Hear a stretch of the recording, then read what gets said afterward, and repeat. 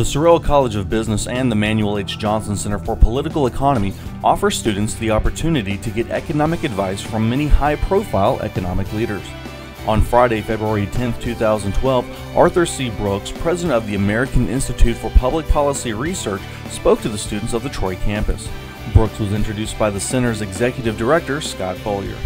This is a really exciting day, and we appreciate you turning out for this event. It's an extremely important talk, and it's appropriate that it's happening on a college campus. Dr. Arthur Brooks is with us today. I'm going to get to his introduction in just a minute, and you'll see why a talk about what he's talking about is really important for college students. Before I get to a formal introduction of him, there are a few people I just want to recognize who are with us today. First, we have very important donors who have supported the Johnson Center here today. Dr. Manuel Johnson and his wife Mary Johnson are here. If they could stand and just be recognized real quickly.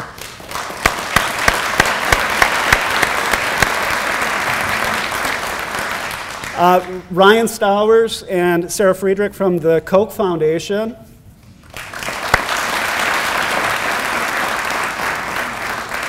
And Paul Stanley from BB&T.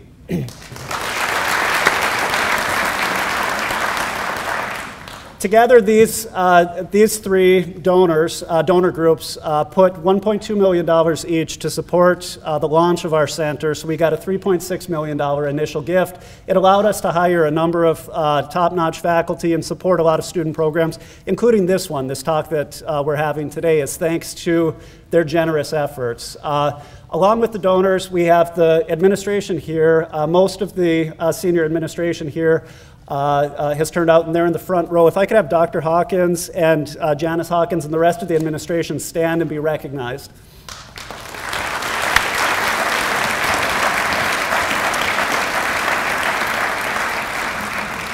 The donors gave us the money for this center. The administration gave us the support. They're really what made it happen. They're what makes this success possible, events like these, but also the transformation in economics that's happening here at Troy. So thank you all for being here for the talk. I don't want to waste any more time. I want to get right to Dr. Brooks so he has as much time as possible. I'm aware that some of you may have to leave right before the noon hour. If you can please get out as quietly as possible to respect the fact that people are still tuning in, that would be fantastic. Dr. Arthur Brooks is the president of the American Enterprise Institute, which is described by the Washingtonian magazine as one of the top 10 think tanks in America in terms of its influence and impact on policy. He's been at the American Enterprise Institute since 2009, and before that he was a Syracuse University professor of business and government programs. He has a doctorate in policy analysis, and before getting his doctorate in policy analysis, he was an econ major. So he did something very right in his life. He saw truth in economics at a very young age. But in addition to being a professor at Syracuse University, he has a talent in music, and he spent 12 years performing in Barcelona for the city orchestra there, Barcelona, Spain, and has a tremendous talent. In terms of his writing, it's really spectacular, some of the writing he's put together. His most recent book is The Battle. It's a short book, but it's one of the most important books in laying out the debate between free enterprise and government. One of my favorite parts of that book is he says, look, I'm not interested in Democrat, Republican, Libertarian. I don't care who's advancing good ideas. All I want to see is that ideas are being advanced that defend free enterprise and really try to keep America great. The battle is between free enterprise and government, and I think he's going to talk about that a little bit today. Back in 2008, he wrote a really influential book called Gross National Happiness, and that book gets into research dealing with the happiness literature, psychology, culture, and economics. It really is an intersection of three different disciplines, which is pretty neat. And some of the findings he has in that book are things like conservatives tend to be happier than liberals. If you have extreme views, this must be true, this finding, it must be true because it's true for me. If you have extreme views, if you actually think government should be really limited, then you're going to be happier in life than if you're just moderate. So that has to be true, and I'd love to hear his take on that as well. It's a real pleasure and a really big deal for Troy University to be hosting Dr. Brooks today, and we thank you so much for coming. Please join me in welcoming Dr. Arthur Brooks.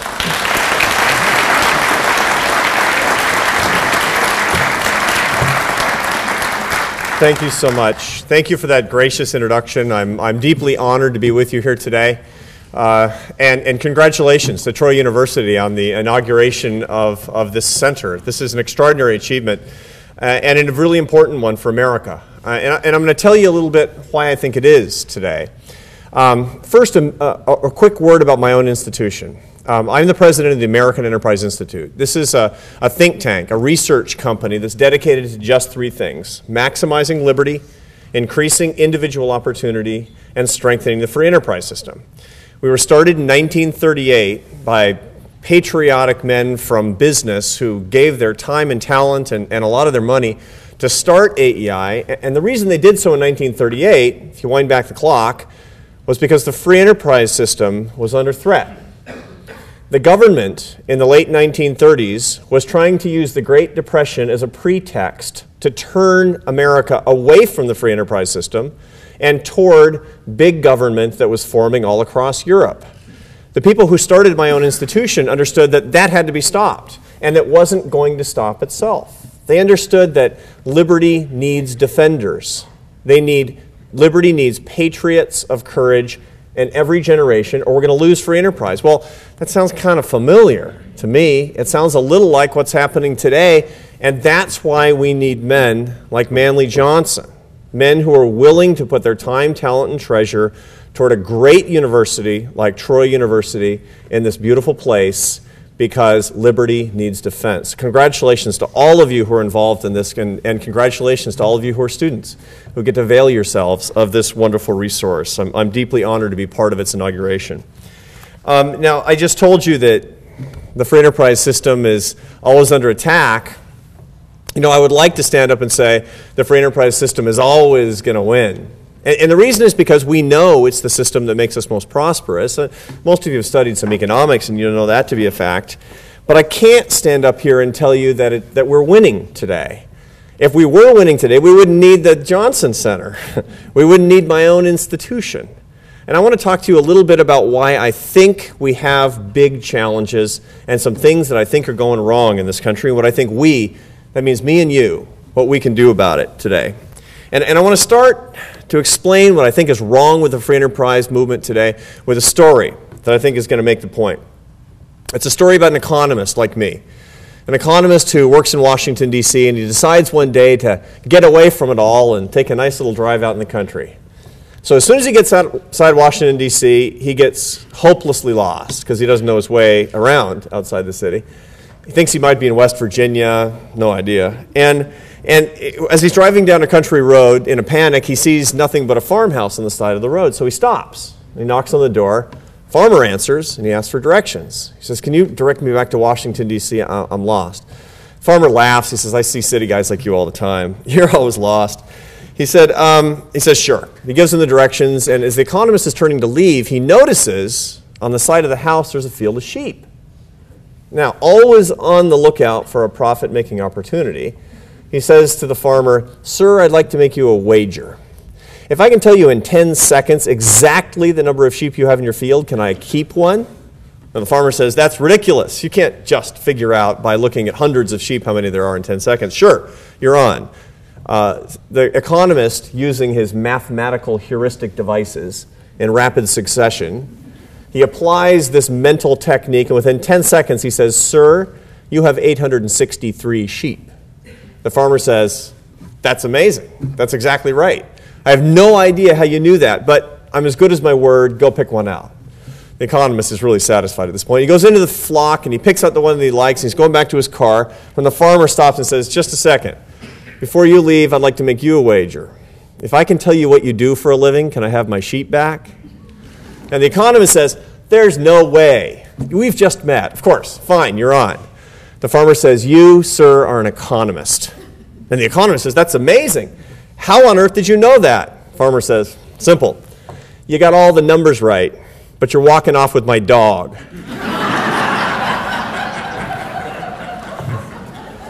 That's the problem we have in the free enterprise movement today. We're getting all the numbers right about capitalism, but we're getting the point wrong. We're not talking about why it really matters in our lives, what it really matters for our country, and what it really matters for future generations. And until we can say what's written on our hearts about the system that's made us not just prosperous, but flourishing and happy, we're going to lose the fight. We're going to lose the fight to a government that takes free enterprise away. And I want to tell you how I think we can fight back. Now, today, if you ask Americans if they're happy, are you happy with the government? They'll say, no. As a matter of fact, dissatisfaction with the government is at an all-time high. We've been measuring every year going back to 1970. The Gallup polling organization, to be specific, has asked every year back to 1970 if you're satisfied or dissatisfied with the government. Today, 81% of Americans say they're dissatisfied with the government. Never been that high. The previous two highs before this were 2008, the week that Wall Street melted down, when 77% said they were dissatisfied. Before that, it was 66% the week that Nixon resigned after Watergate. Bad times. Today, the highest in history. Nothing special is happening. There's no war. There's no president who's corrupt and getting thrown out of office. There's no revolution. But Americans just don't want to put up with it anymore. They're dissatisfied with the way this country is being governed. Now, why? You ask people and they give you one of two reasons. Almost everybody will give you one of two reasons. Reason number one is that the government is engaged in growth and stimulus that doesn't seem to stimulate anything more than the growth of government itself. That's number one. Number two is that the government seems to reward people who have been involved in the worst behavior possible. Crony corporations that have the best access to lobbyists and clever accountants and government offices, and the rest of us, too bad. Crony capitalism and big government stimulus are the two things that make people truly angry and dissatisfied with what's going on. Now, of course, those two things are related.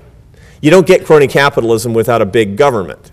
You don't get crony capitalism and governments with businesses with special access unless you have a huge government that's passing out favors. We all know that.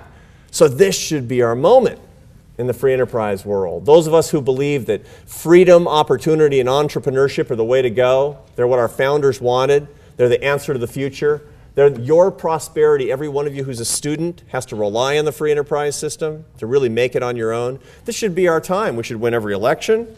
We should win every debate. But we're not.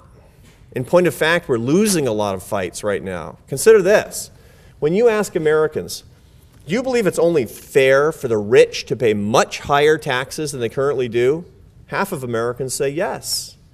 If you ask Americans, is it permissible to change the Social Security system in any way? Now, we all know that entitlements are wrecking our economy. Virtually everybody knows that. But if you say, is it permissible to change the Social Security in any way? 77% of Americans say no. If you ask Americans, do you believe the government owes every citizen free health care? 64% of Americans say yes. My friends, we are losing the battle when we have those types of public opinions. So the real question, if we're going to turn it around, is why? Why do people, 81% of Americans are dissatisfied, and incidentally, 70% of Americans say they love the free enterprise system, but about 8 in 10 Americans have these opinions about public policies that would do grievous damage to our ability to remain a prosperous free country. How come? How come? Well, there are three explanations for this paradox. There's a liberal explanation, there's a conservative explanation, and there's a correct explanation. And I'm going to give you all three. The liberal explanation, if you read the New York Times, which I don't recommend, if you read the New York Times, the explanation is Americans actually don't love the free enterprise system. They say they do, but they're just kind of sentimental. Kind of like old TV programs they used to like. Oh, weren't they funnier back in the old days? The free enterprise system is great. Isn't it wonderful that we're organized around this concept? But deep down, they don't want that. They want government giveaways. They want bailouts. They want welfare. That's what Americans really want. That's what the left thinks in America. Now, conservatives typically will say, no, that's not right. The reason that the free enterprise system is not actually getting through to average Americans is because we need more data. We need more raw, hard data saying that the path to fiscal consolidation requires a higher rate of economic growth. Well, you know what? We tried that and it doesn't work. Let me tell you, if I go to somebody and say, do you realize that current government programs will lower the long-term economic growth rate by a 1/4 percentage point? Nobody cares. I don't even care very much, and I'm an economist. It's not that interesting in an already rich country. That's not the answer either. We don't need more data on materialism. The real answer is this. We're losing the debate because we're going up against a moral argument with materialistic tools. We're not making the moral argument for free enterprise. Now, it took me a long time to figure this out because I have a PhD, which is to say that all common sense has been beaten out of me. But let me tell you, it's true, and I'm going to tell you why. If we don't make the moral case for capitalism and free enterprise, nothing else is going to work, and we're going to lose. So what's the argument for this? How do we know this? And the answer is both social and physical science has proven that moral arguments are what we have to make. And I'm going to tell you a little bit about some research that I think you might find interesting. I'm going to start with a little bit of research on the human brain. Neuroscientists are very interested in the part of the brain called the medial prefrontal cortex. Now, for those of you who don't study this stuff, that's the part of your brain right behind your forehead. It has lots and lots of activities that it processes. Lots and lots of things that go on in your life have decisions that are being made right behind your forehead in your medial prefrontal cortex. Among them are both executive decisions and moral judgments. Executive decisions are things like, should I take this street or that street to get to school? Should I pick that stock or should I pick that stock? Those are executive function types of decisions. Moral judgments are things like, is this the right thing to do or is that the right thing to do? Should I tell a little lie? Should I shade the truth? Should I cheat on my taxes? Those are moral decisions, right and wrong decisions. Now, we know that the same part of the brain is making materialistic judgments and moral judgments. But which kind of judgment predominates? If you're confronted with both at the same time, what does your brain choose? The answer is the moral judgment every single time. If you are confronted with an executive decision and a right and wrong decision, your brain is going to focus on the right and wrong decision according to how neuroscientists understand brain activity. Now, why does all that matter? All that matters for this reason. Imagine you're at your Thanksgiving dinner, large extended family. You're a big free enterprise person like me, and you're arguing with your sister-in-law who's not, right? And everybody's listening. And you say, you know, we can't get out of this recession unless we have good, strong economic growth. And to get good, strong economic growth, we need a lower tax on businesses and startups. It's the only way to go. And your sister-in-law says, yeah, but what about the poor? You just lost the argument. You just lost the argument because she's occupying the front part of people's brains, and you're not. Now, there are social scientific experiments that show this in an even more interesting way. So I'm going to tell you a story. It's written by a friend of mine, and you're never going to forget this principle, I guarantee you. If you're going to walk out with one thing you remember from my talk today, it's going to be what I'm about to tell you next. So I have this friend. His name is Jonathan Haidt. He teaches at the University of Virginia. He's the leading expert on moral judgments in the country. He's got a new book coming out about moral judgments. It's going to be a big bestseller. You'll watch for it, and you're going to remember this guy after I tell you this story.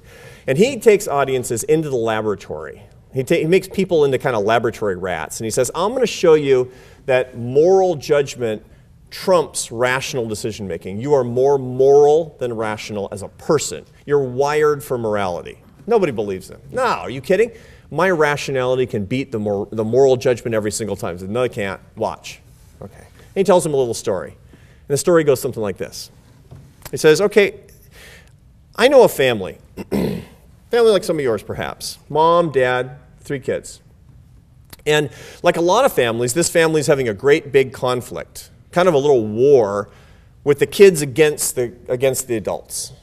And the war is over whether or not the family should get a dog. Kids want a dog. Mom and dad don't want the dog. Why? Because dogs are messy, dogs have to be walked. Everybody knows who ends up taking care of the dog, right? So the kids are saying, oh, we want to get a dog, and mom and dad are saying, no, we're not going to get a dog, and it goes on like this for months. But you know who always wins, right? What happens is the kids wear down mom, and then it's an unbeatable coalition, and so dad caves in too, right? And so that is exactly what happens, and mom and dad finally say, fine. They go down to the pound, they pick out a puppy, and they name her Muffin, right? They bring Muffin home. Turns out, mom and dad were wrong. Muffin's a great dog. Muffin brings the family together like nothing has ever brought the family together. Vacations aren't as good as spending time with Muffin. Kids run home from school to be with the dog. Fantastic, right? And things go on for a couple of years like this. Happy family, mom, dad, 3 kids, and Muffin. One day, summer afternoon, nice warm day, the youngest child, who's 8, she leaves the front door open by accident, and Muffin goes running out in the front yard after a squirrel. Runs into the road, car comes, hits Muffin. Muffin's killed instantly in front of the whole family. Kids are screaming, mom is crying, dad is tearing up. They don't know what to do. So dad goes out and picks up Muffin's lifeless body and brings her into the house, and together as a family they decide to cook her and eat her. Yeah, you know, the reason I love academia is you can get tenure for doing stuff like that, right? That's not what you expected. Nobody expects that. That's not how it's supposed to end. Okay, so that's not the end of the experiment. My friend John Haidt, then he asks the people in his audience, in his laboratory, he says, is that the right thing for this family to do? And everybody says, no, that's the wrong thing to do. He says, how come? And they say, we don't know. We don't know. He says, well, see what's happening in your prefrontal cortex? You made a moral judgment, and you can't explain it with your executive function. And then he says, okay, set to work. Tell me rationally what's wrong with that. I can give you countries where it's okay to eat a dog. We eat animals all the time. The dog didn't get hurt.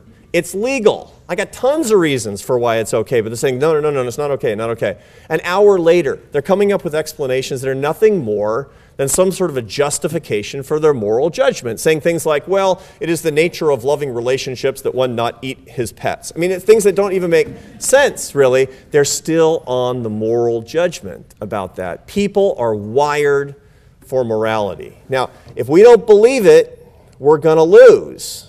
Exactly because of the argument with your sister-in-law.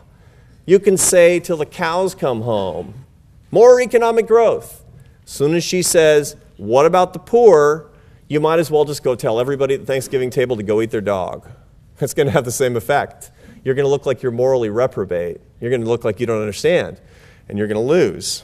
Now, this is important for the presidential candidates right now. And let me tell you, I'm at an institution that has the very good luck of having all the presidential candidates come through asking for policy advice.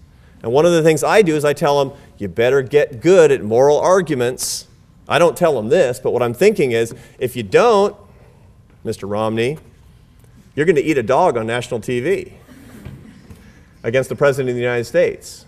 That's what it's going to look like. People aren't going to appreciate your arguments unless they have a strong moral component to them. Now, our founders knew this. We've forgotten when we make arguments about free enterprise, but our founders knew that moral argument matters most. They weren't materialists, they were moralists. Remember the second paragraph of the Declaration of Independence. A lot of you know it by heart. We're endowed by our Creator with certain unalienable rights, among them life, liberty, and the pursuit of happiness.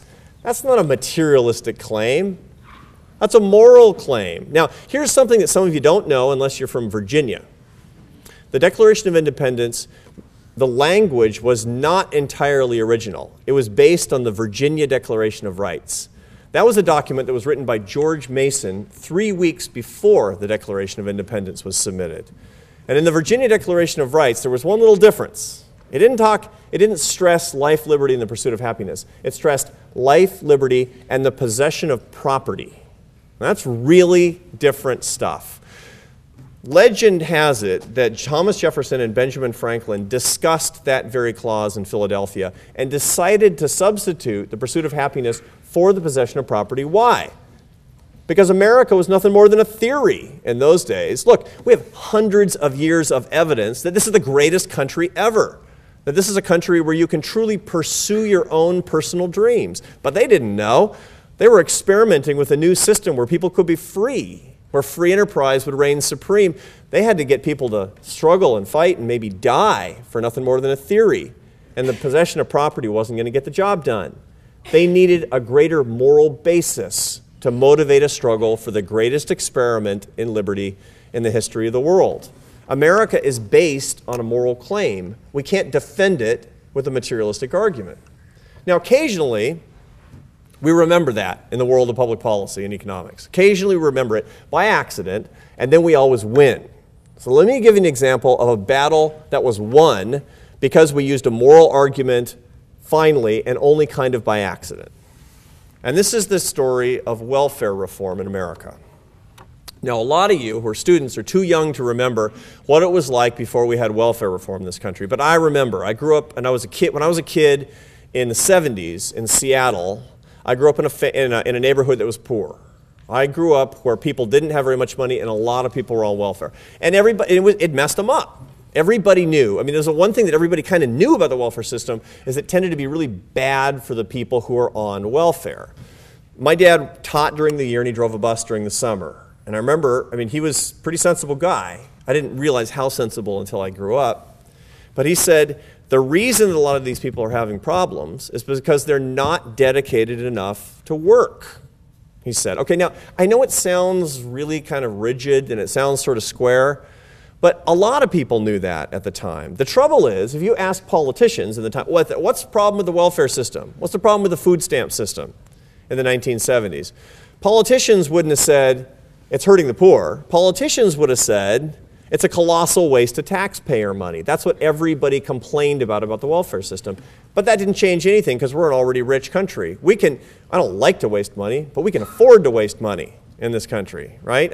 You look at the rest of the world, they think that we're lighting cigars with $100 bills over here. They think we're really, really rich and that we can afford to do stupid things, basically. So what finally led to welfare reform? The answer is a book that was written in 1984 called Losing Ground. That book was written by a scholar named Charles Murray, a visionary.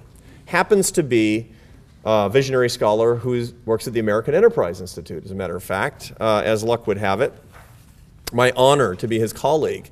And in 1984, this book, Losing Ground, immediately became a bestseller. It was about welfare and the poor, and it said, the problem with the welfare system is not that it's expensive, it's that it's hurting the people it's supposed to help.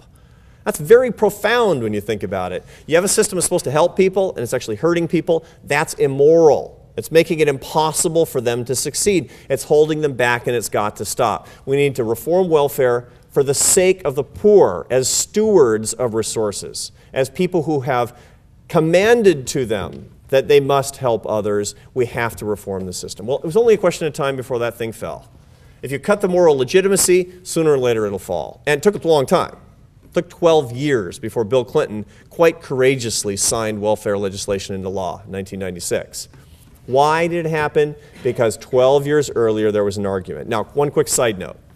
Every big battle takes more than 10 years. Every big policy battle takes at least a decade. We know this to be a fact. And the reason this is important is that, I live in Washington, D.C., and everything's on the political cycle.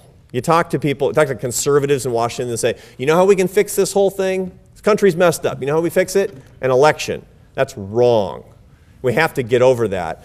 Elections are important, but they don't solve problems. We need 1 year, 2 year, 10 years, 15 years of actual leadership. If you share the values I'm talking about today, that means you and me have to struggle for at least a decade. And the Johnson Center is going to be every bit as relevant in the fight 12 years from now as it is today. That's why elections don't have anywhere near as the impact that the center that we're inaugurating today really does. But back to the moral case. We know that morality matters most.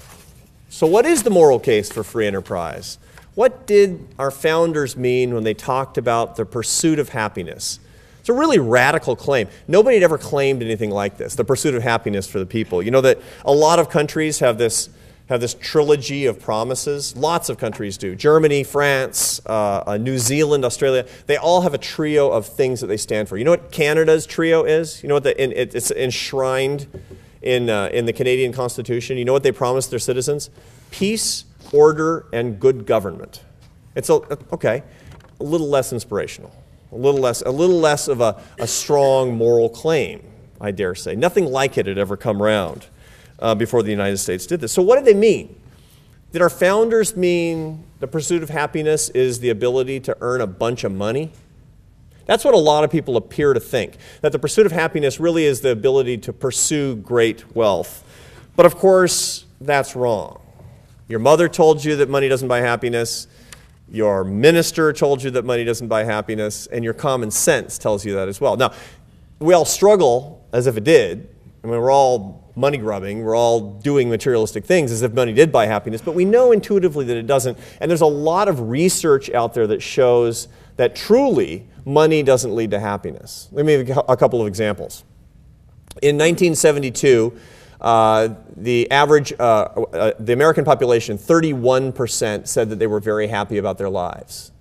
Today, the average American is 150% richer in real purchasing power than in 1972, and every income class has grown more prosperous. And still, 31% of Americans say they're very happy about their lives. As America has gotten richer, America's actually not gotten happier. We haven't gotten worse off, but we haven't gotten happier. The truth is, once you get above the basic level of subsistence, basic lower middle class, more money doesn't bring you more happiness. Happiness depends on a lot of other things, lots of other things like faith and family and community and friends and vocation and things like that. Really matter a lot, much, much more than money. Now, if you're like me, you're thinking, okay, so on average, the country doesn't get happier when we make more money. But you probably, like me, want to figure that one out for yourself, right? Give me a bunch of money and I'll tell you kind of how it works out. So what happens when individuals get a whole bunch richer? What happens when individuals have a whole lot of money poured on them? Turns out we have data on that. I have data on people who get rich overnight. I have data on people who inherit a lot of money. I have data on people who hit the lottery. People who hit the lottery is the most interesting case because generally speaking, they go from poor to rich in one day. So I have a database. We have data on everything. We have a database on people who won the lottery, major Powerball lottery winners, which is to say jackpots in excess of $30 million. What happened to their life? What happens to their life? How much happier do they get? Now, this is a funny thing. Have you ever played that party game where you go around the circle for people you don't know to kind of break the ice and say, if you hit the lottery, what would you do? It's kind of fun because it's a window into people's souls. Some people say, I'd move someplace nice. I'd move back to be closer to my family. I'd go get a job I always wanted. I'd become a poet. People say things like that about living their dreams. You know what boys say when they want to impress girls? They say, I'd start a foundation, right? No, you wouldn't. I have the data. You wouldn't. So, but here's they never say this. You know, if I hit the lottery, you know what would happen? You know what I'd do if I hit the lottery? I think I'd marry somebody who doesn't love me.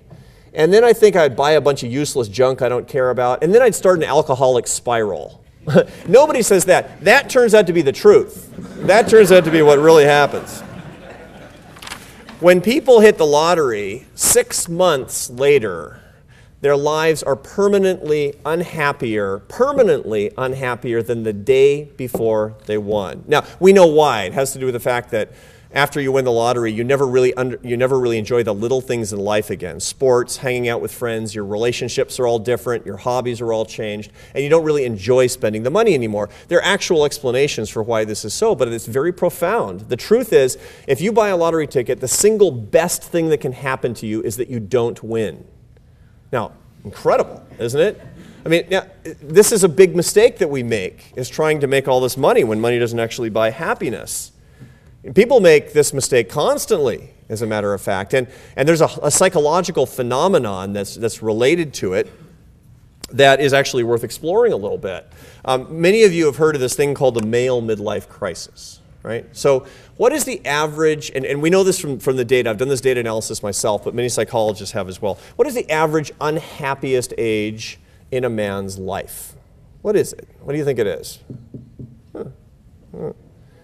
Yeah, good. 45. 45. 45 is, and women don't have this dip. Women don't have this average unhappiest age in their lives. Women are, in general, much happier. Women are superior. They happier. You know, they don't rob liquor stores. But men have this identifiable minimum level of happiness, and it's right around age 45. How come? If you ask psychologists, they'll give you explanations like, well, that's the age when your wife figures out definitively that you're boring, right? Or you're most likely to have a teenager in the home, which is misery. And, you know, but there's actually an economic explanation for it too. At age 45, that's when guys figure out that they've been chasing the wrong thing. You know, there's this big superhighway in our lives with big neon signs, and our cars are going speeding down the superhighway. It's called money. And we don't miss this little exit, this little turnoff. It's not marked. It's something else. It's what we really want. It's where our dreams are. It's where our heart is. And we figure out about 20 years too late that we didn't make that exit. And so when you hear 45-year-old guys complain, you know, I'm a lawyer, but I hate it. But I have to pay my mortgage, and my kids go to private schools, and the cars, and the stuff, and there's nothing I can do. What I really, really want to do is fill in the blank. That's what happened, basically. So what I'm interested in is that little exit that we missed, because that's the pursuit of happiness. What is the pursuit of happiness that our founders promised us if we only exercise freedom? The answer to that question is earned success. Earned success is the belief that you're creating value with your life, and that you're creating value in the life of other people. When you ask people if they have earned their success, it doesn't matter how much money they have. That's the best predictor of human happiness in America. I have data from the mid part of this decade from the University of Chicago. The best source of social welfare data that we can find. It's completely nonpartisan. It's anonymous. It's a big sample of Americans. And we ask, if you take two people who are exactly the same, they both feel that they have earned their success, and furthermore, they're the same race and the same religion and the same gender, and they live in the same town and they have the same level of education. Basically, it's a carbon copy of the same person. They feel they have earned their success, but one earns 8 times more than the second. They will be equally likely to feel satisfied and happy about their lives. It is earned success, not money, that matters. The little turnoff on the freeway is earned success, and that's the moral promise of freedom, the moral promise of our founders. That's what people come here for. That's what my ancestors came here for. There are letters from my great-grandparents from Ellis Island. And let me tell you, they weren't saying, you know why I came to this country? For a better system of forced government income redistribution. That's not what they were saying. They came here because they wanted to start a farm in South Dakota without being harassed for their religious views. That's what was going on. That's why they came to this country. They wanted to earn their success. And it is true for us today just as it was for them. Now, earned success is the key. And earned success has an opposite. It's called learned helplessness. Now, learned helplessness was discovered by a psychologist named Martin Seligman. He is a psychology professor at the University of Pennsylvania. And he noticed that in experiments, when you detach people's rewards from their merit, 3 things happen. They give up, they get depressed, and they blame their circumstances on other people. And it doesn't matter if you punish them even though they didn't do anything wrong, or you reward them even though they didn't do anything right. If you detach the rewards from their merit, you get a bad result called learned helplessness. Now that's a profound result, just like earned success. And it comes back a little bit to public policy. What happens when people can't earn their success? No matter what they do, they can't get ahead. What happens if you systematically take the rewards away from entrepreneurs and you tax them and throw barriers up in front of them? Or you take our great-grandkids and you put unbelievable amounts of debt that they have to pay off for our current consumption today? What happens when you reward people who are not meritorious? People who walked away from mortgages just because they're a bad investment? Companies on Wall Street that did things they shouldn't have, and they knew they were taking risks with other people's money. Most importantly, politicians who do terrible things and are completely unaccountable. When citizens see that, They can't earn their success, and they learn their helplessness. That's the problem with government today. It's cutting our earned success, and it is encouraging our learned helplessness. And that's the reason, my friends, that 81% of Americans are dissatisfied with the government, despite the fact that over and over again we keep asking for more and more welfare programs. That explains the paradox of what's going on in America today.